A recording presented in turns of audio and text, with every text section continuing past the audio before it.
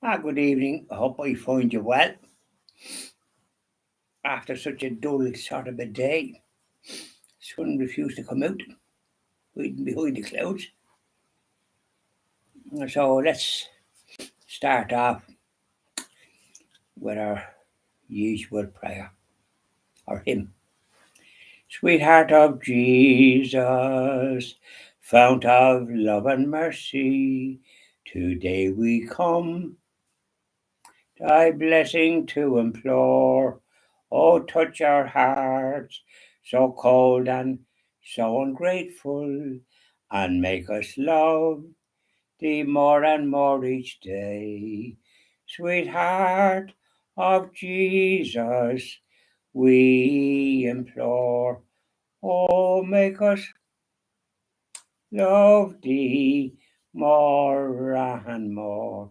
Sweetheart of Jesus, make us pure and gentle, and teach us how to do thy blessed will, to follow close the print of thy dear footsteps. And when we fall, sweetheart, oh, love us still. Sweetheart of Jesus, we implore. Oh, make us love thee more and more. That's my lovely little hymn. Now one for our Blessed Mother. For our Blessed Mother.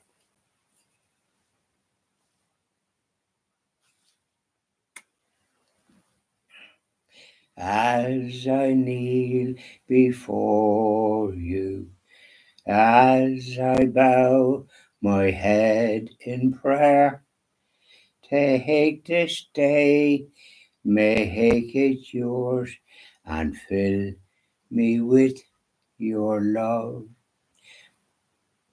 Ave Maria, gratia plena, Dominus tecum, benedicta tu.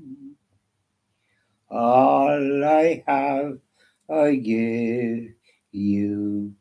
Every dream and wish are yours.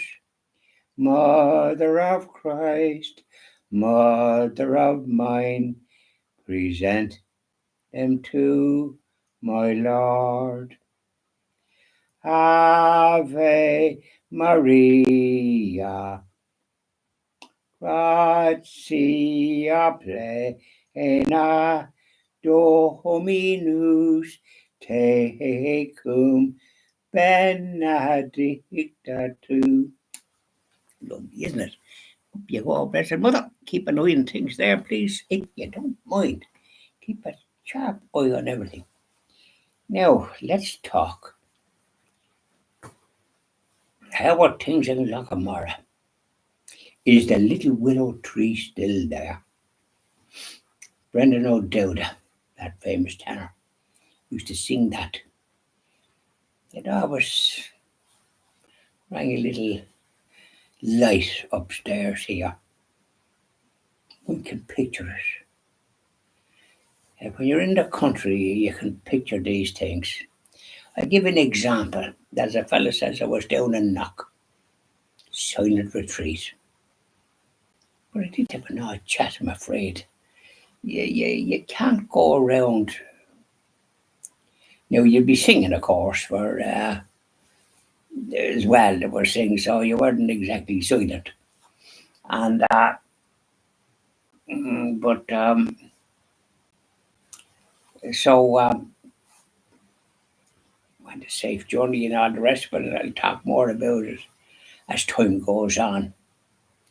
But sometimes, yeah, it's today that counts, isn't it, at times? And chores has to be done. So it looked to me, it was dull, but I thought myself it might stay dry. There was a bit of a wind. So there's a wind, you're safe enough. So I had clothes that I had in the washing machine, which is outside. It's not in the house. It's out in what we call the sun house, in the shed part of it there. So it's as glad I'd never hear it. If you're in the house, or if you were ever in an apartment where there's one over you that are using the washing machine morning, noon, and night, it nearly drive you nuts. Had that misfortune for a short period, donkeys years ago. You had to get out of it. Yeah, you get hard people sometimes in these places. Have no respect for anything else. They do what they want or what they like. And it doesn't matter if they're executives or this, that, or the other. They might be even the worst. Anyways, we won't go into that. That's history. But today, so they were already washed and I had them in the basket ready for removal when there was any chance of a bit of dry weather. So I took the chance and I said, there's a wind and that's always not a bad sign. Out to come and put them on the line, and I have a good lot of close pegs and I have colours. So I like to put on colours now. Probably it's unusual. I don't know whether to do it, but I like to put the same colours on the various things, and like for example, if the shirt is blue, well, I'm not going to put anything blue on it. I'll put something. I've reddish ones as well, so I'll put red ones on it, and so on and so forth. I have tried to have uniformity, even in that. Just one of these things. Don't know if you suffer from that yourself, but I suffer from it. So everyone is unified, and I hanged them in a certain way. And then when there's a bit of wind, I put something in the middle. I had towels and a few shirts and that kind of thing, and one or two other little items of personal nature. And so I had them all, and there was a bit of a wind, but it was in some ways a bit of a damp day. So I let them there until, say, put them out this morning. And so around dinner time or thereabouts, I checked and they were a bit drier, but I thought to myself, oh, what was the. Oh, I could see there was a drop in the car. So I says, I better take them in, sure it could start spinning and even to be worse. So like had the heat on the radiators. That's another thing, I got 500 litres of home heating oil, kerosene they call it. And you know something? €480, thank you very much, how's your father? What a price would they be paying for that kind of stuff? Shocking price. I wonder is this crowd that's running the country, are they getting such a cut out of it that it's so high? Damn near 500. That's a euro a litre or something. 480.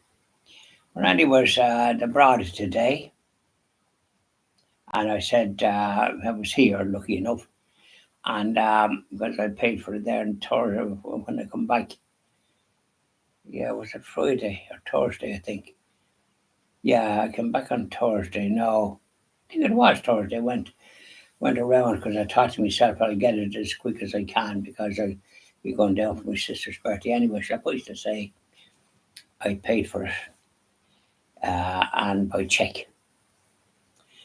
And so it was delivered today and it was here. So I said to the lad, will you check it? Will you check what's in it?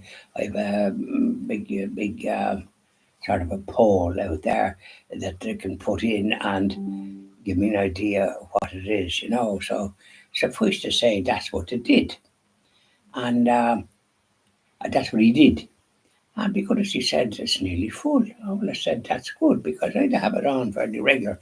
But then when I'm away, I don't have it on. But I put it on for about 3/4 of an hour or thereabouts, trying to estimate maybe an hour at sort of midday or thereabouts to keep things right in case it starts freezing. You don't want, I remember a fella one time when it was very cold and away for Christmas or something or whatever it was, when they come back to their house, it was flooded because it was really gone frosty, and so they had more expense for that. I can tell you, it was a nice detached two-story house, so you can visualise that. I had it on in case that it was, because it's been quite cold lately, 11 degrees and that. And you wouldn't know, and sometimes night time it's going down to 5, which is just above freezing. So I did that. But anyways, I put out the clothes, and then I texted myself, I better bring them in.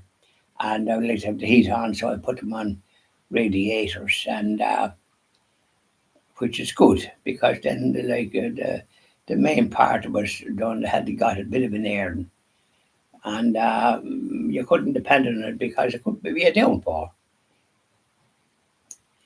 And so I brought him in.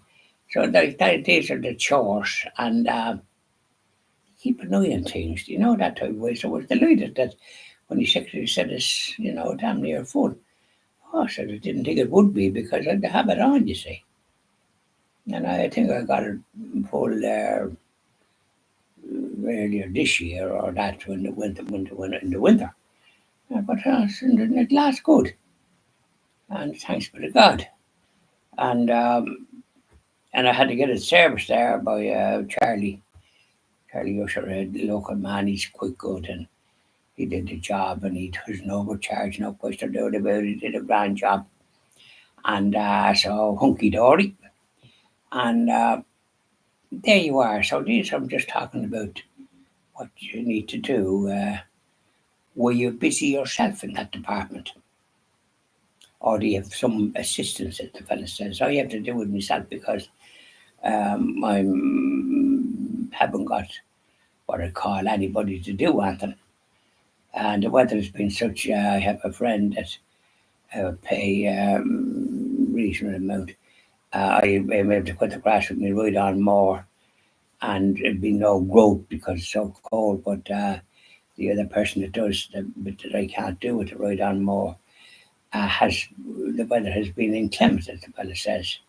And then I was away at this oil retreat, so and the weather was good. But as soon as I came back on Thursday, Friday was raining, and they were probably going to come up, but they didn't. And we'll see. So, mum's the word. So there you are. That's a bit of news, isn't it? And I do know the little prayers to even a prayer to our Blessed Mother and the others. Bye now.